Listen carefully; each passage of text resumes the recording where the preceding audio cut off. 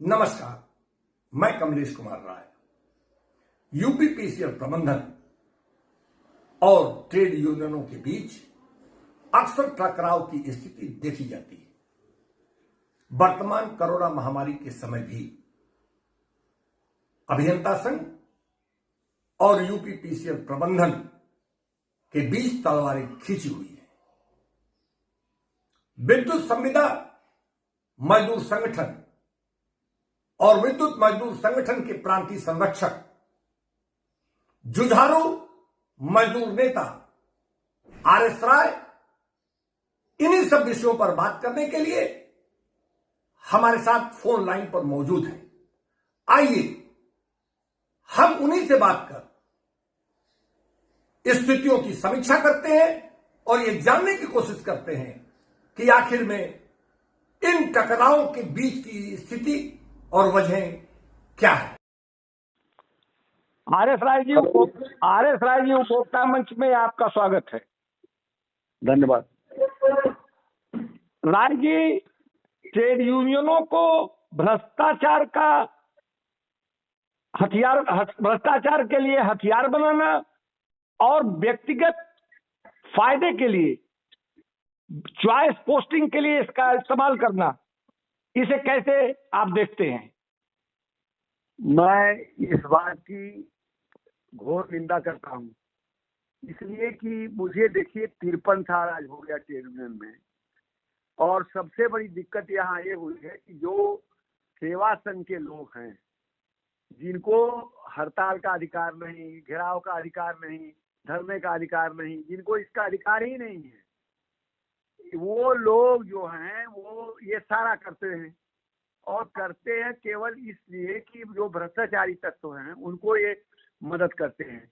दिक्कत यह है कि जो आम उनका सदस्य है उसके सवालों के ऊपर तो इनका कोई स्टैंड नहीं रहता है, लेकिन जो इनके आगे पीछे लग्गू भग्गू हैं केवल उस काम में लगे रहते हैं। ये बिल्कुल गलत बात है, ये नहीं होना चाहिए।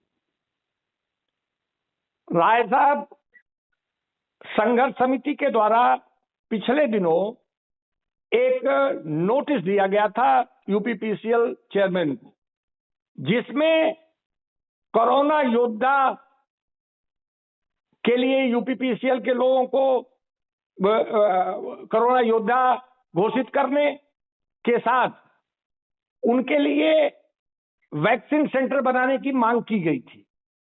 हम समझते हैं कि आपका संगठन भी इस जायज मांग से सहमत होगा, लेकिन इसके साथ ही संघर्ष समिति द्वारा मांग के साथ साथ जो एक अल्टीमेटम भी यूपीपीसीएल प्रबंधन को दिया गया, जिसका डेडलाइन 2 जून रखा गया है, ऐसी स्थिति में जब आप कोई मांग करते हैं और कोई काम यूपीपीसीएल प्रबंधन से कराना चाहते हैं, उसके साथ साथ आप अल्टीमेटम देते हैं, इस पर आपका क्या मानना है?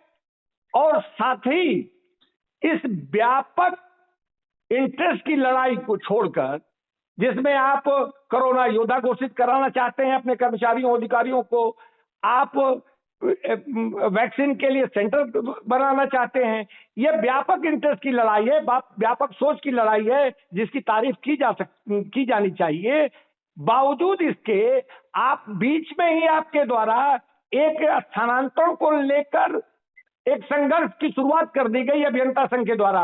मतलब संघर्ष समिति के साथ मिलकर जहां एक तरफ आप नोटिस देते हैं और बीच में ही अभियंता संघ अलग हटकर अपने एक व्यक्तिगत ट्रांसफर को लेकर आंदोलन की शुरुआत कर देता है। आपका संगठन इस पर क्या अपनी राय रखता है?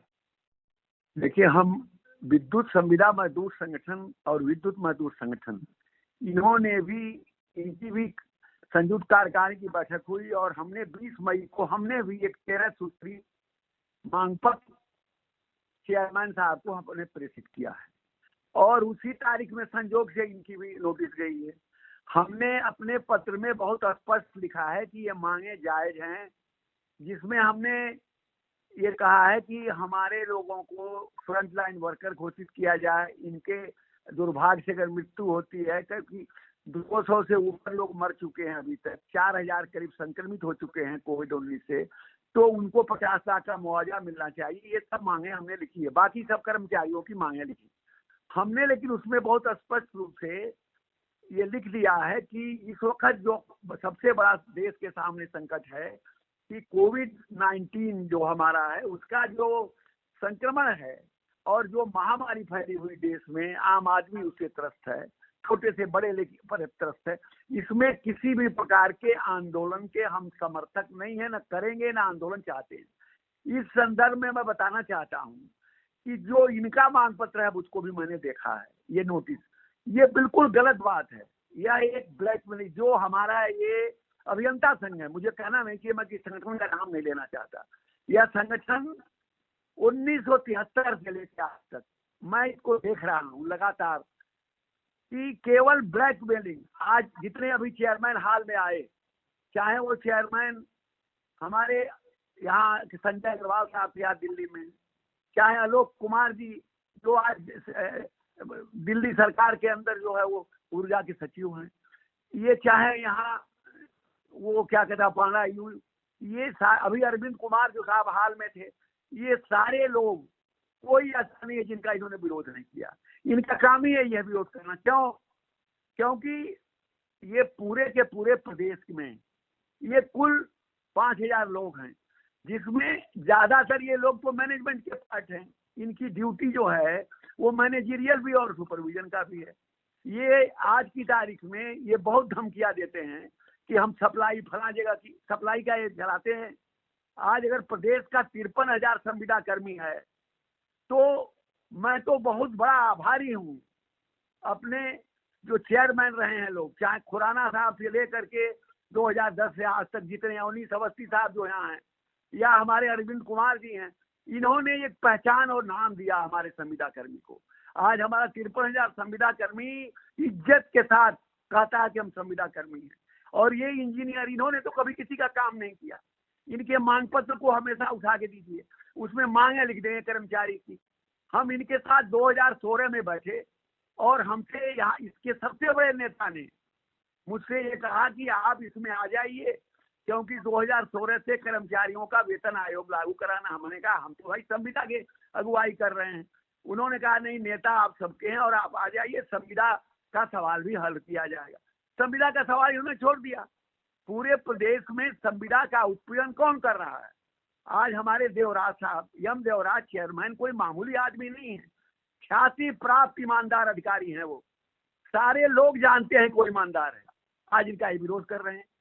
अरे भाई, किस बात के लिए विरोध कर रहे हैं? भाई तमाम श्रम संगठन यहाँ चलते हैं। क्या किसी के चाहने से उसकी पोस्टिंग होती है? भाई आप लखनऊ में पोस्ट हैं, अगर आप लेसा में हो या हेडक्वार्टर में बैठे रहे, क्या आपके चाहने से होगा? लेकिन इनका ये काम है, ये लगातार मैं देख रहा हूँ। लगातार यह लोग मैनेजमेंट को अपनी तरफ से ब्लैकमेल करते हैं और चाहते हैं कि जो आईएएस बैठा हो। भाई एक चेयरमैन यहाँ है, आप उसका विरोध कर रहे हैं, आप मैनेजमेंट में भी बैठे हो, आप उसका विरोध कर रहे हैं, उसके वीडियो कॉन्फ्रेंसिंग में नहीं जाएंगे, उससे बात नहीं करेंगे। ये सरासर बहुत बड़ा जो है गलत काम कर रहे हैं और ये असहयोग बिल्कुल गलत है। और मैं आपको बता देना चाहता हूं कि चूंकि आज हमारे माननीय ऊर्जा मंत्री जी, मैं उनको धन्यवाद देता हूं, उनके वजह से आज संविदा पोर्टल बना जिसपे संविदा कर्मियों का नाम है, लेकिन उस पोर्टल को समझ भरते नहीं है। हमारे कर्मचारी को वेतन नहीं मिलता, ठेकेदार ईपीएफ खा जाता है, कभी इन लोगों ने इसकी परवाह नहीं किया। आज हमारे संविदा कर्मी हर साल मर जा रहे हैं। करीब पूरे प्रदेश के अंदर जो है हर साल 5,000 आदमी हमारे मर जाते हैं। लेकिन ये अस्पतालों में बिजली लग जाती है। अभी आपने देखा, आप तो पूर्वांचल के रहने वाले, वहां पर बिजली लग गई, आदमी अस्पताल में भर्ती है, यह लोग देखने तक नहीं जाते, इनकी गुहार लगानी पड़ती है। ये घर में बैठे बैठे, और इन्होंने अपने लिए पोस्टर क्रिएट कराई, जिले जिले में चीफ इंजीनियर बन गए।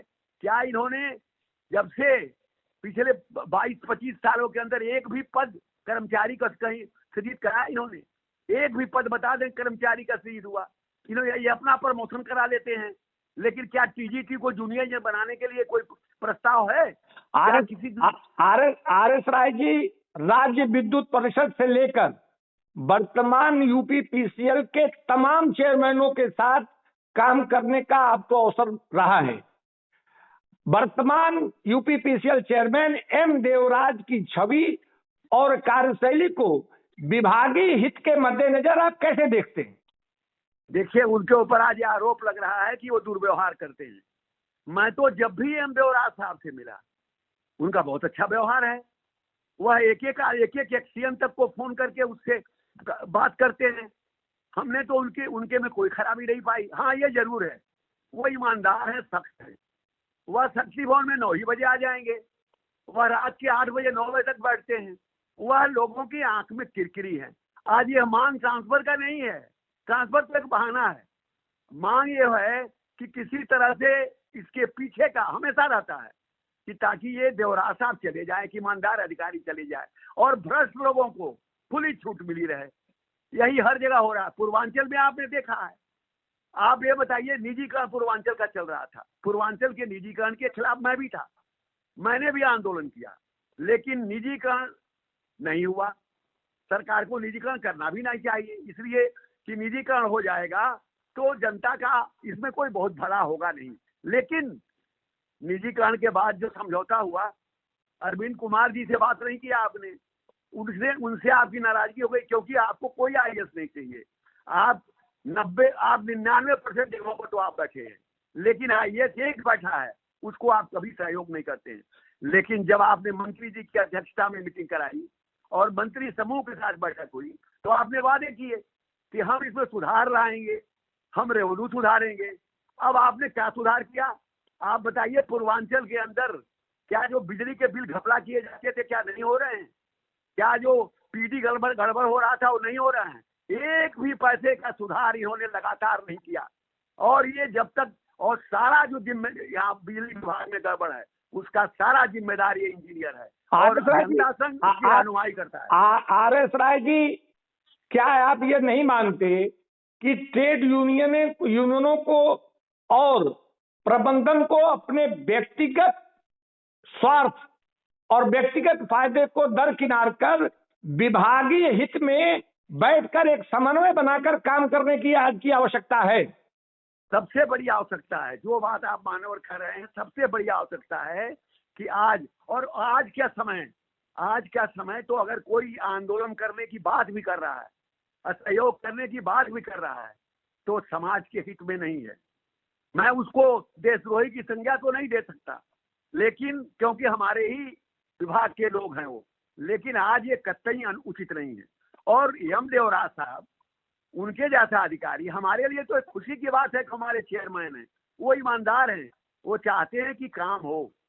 हमारे ऊर्जा मंत्री जी चाहते हैं कि विभाग में सुधार हो। दिन रात वो मेहनत करते रहते हैं, दिन रात वो दौड़ा करते रहते हैं। लेकिन उन्हें भी ये पता है कि पश्चिमांचल में भी जब लोगों के खिलाफ कार्रवाई हुई, तमाम लोगों ने ट्रांसफार्मरों में घपले किए हैं, तमाम लोगों ने जो है उसके गलत ट्रांसफार्मर खरीदे, और उसके बाद जब किसी के खिलाफ कार्रवाई हुई तो माननीय ऊर्जा मंत्री को भी शायद झुकना पड़ा, क्योंकि आप हर जगह असहयोग कर देते हैं। जब कोई बात होगी असहयोग कर देंगे। और मैं ये जानना चाहता हूं कि कर्मचारियों को आज का विषय क्या है? आज का विषय यह है कि हमारा कर्मचारी, अस्पतालों की बिजली बिगड़ती है। बहुत बड़ा स्वागत मैं करता हूं हमारे अपने नर्सेज का, अपने डॉक्टर्स का, उन्होंने जान गंवाए हैं। लेकिन हमारा आदमी भी जब वहां जाता है, बिजली का फ्यूज उड़ जाएगा मान लीजिए उस अस्पताल का, तो हमारा आदमी वहां जाएगा, और वह जा रहा है, किसी भी जगह जा रहा है, हर संस्थान में जा रहा है, और जा तो वही रहा है हमारा संविदा का व्यक्ति। लेकिन उसमें रेगुलर की भी जाते हैं, TG2 भी जाते हैं कहीं कहीं, लेकिन वो जा रहा है, वो संक्रमित भी हो रहा है, क्योंकि जनता के संपर्क में रहेगा तो संक्रमित हो जाएगा। लेकिन मैं ये कहना चाहता हूं कि सरकार के सामने अगर ये बात है कि इनको फ्रंटलाइन वर्कर घोषित करिए, तो कर देना चाहिए। मध्य प्रदेश की सरकार ने कर दिया, वहां भाजपा की सरकार है, तो इनको कर देना चाहिए। इनको मुआवजे की राशि का आदेश। और मुझे खुशी है कि हमारे जो प्रबंध निदेशक यूपीपीसीएल के हैं, उन्होंने पत्र लिखा है गवर्नमेंट को।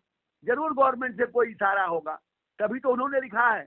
उन्होंने 27 तारीख को ही लिखा है, मैंने देखा वो पत्र। तो हम इस बात का स्वागत करते हैं। हमको मिलजुल के, अगर हमें देर से ही कुछ किया जाए, अगर हमें देर से ही हो, तो हम तो देश के लिए काम करने को तैयार हैं। हम तो इस बात के लिए तैयार हैं कि आज हमारे प्रदेश के अंदर बिजली चल रही है और चलती रहेगी। एक भी संविदा कर्मी, चाहे वो किसी को चंदा देता हो, लेकिन जिसको पहचान दिया है, आज हमारे एम देवराज साहब की बात है कि इन्होंने कहा कि ये जो संविदा कर्मी है उनको कोई नहीं हटाएगा, इनसे प्रमुख निर्णय से लिया जाएगा, आज्ञा लिया जाएगा, तब किया जाएगा। ये लोग रोज हटा देते थे। संविदा कर्मी को अपने पैर का जूता समझते हैं। RS राय जी, आपने उपभोक्ता मंच से बात किया, इसके लिए आपका बहुत बहुत धन्यवाद। धन्यवाद।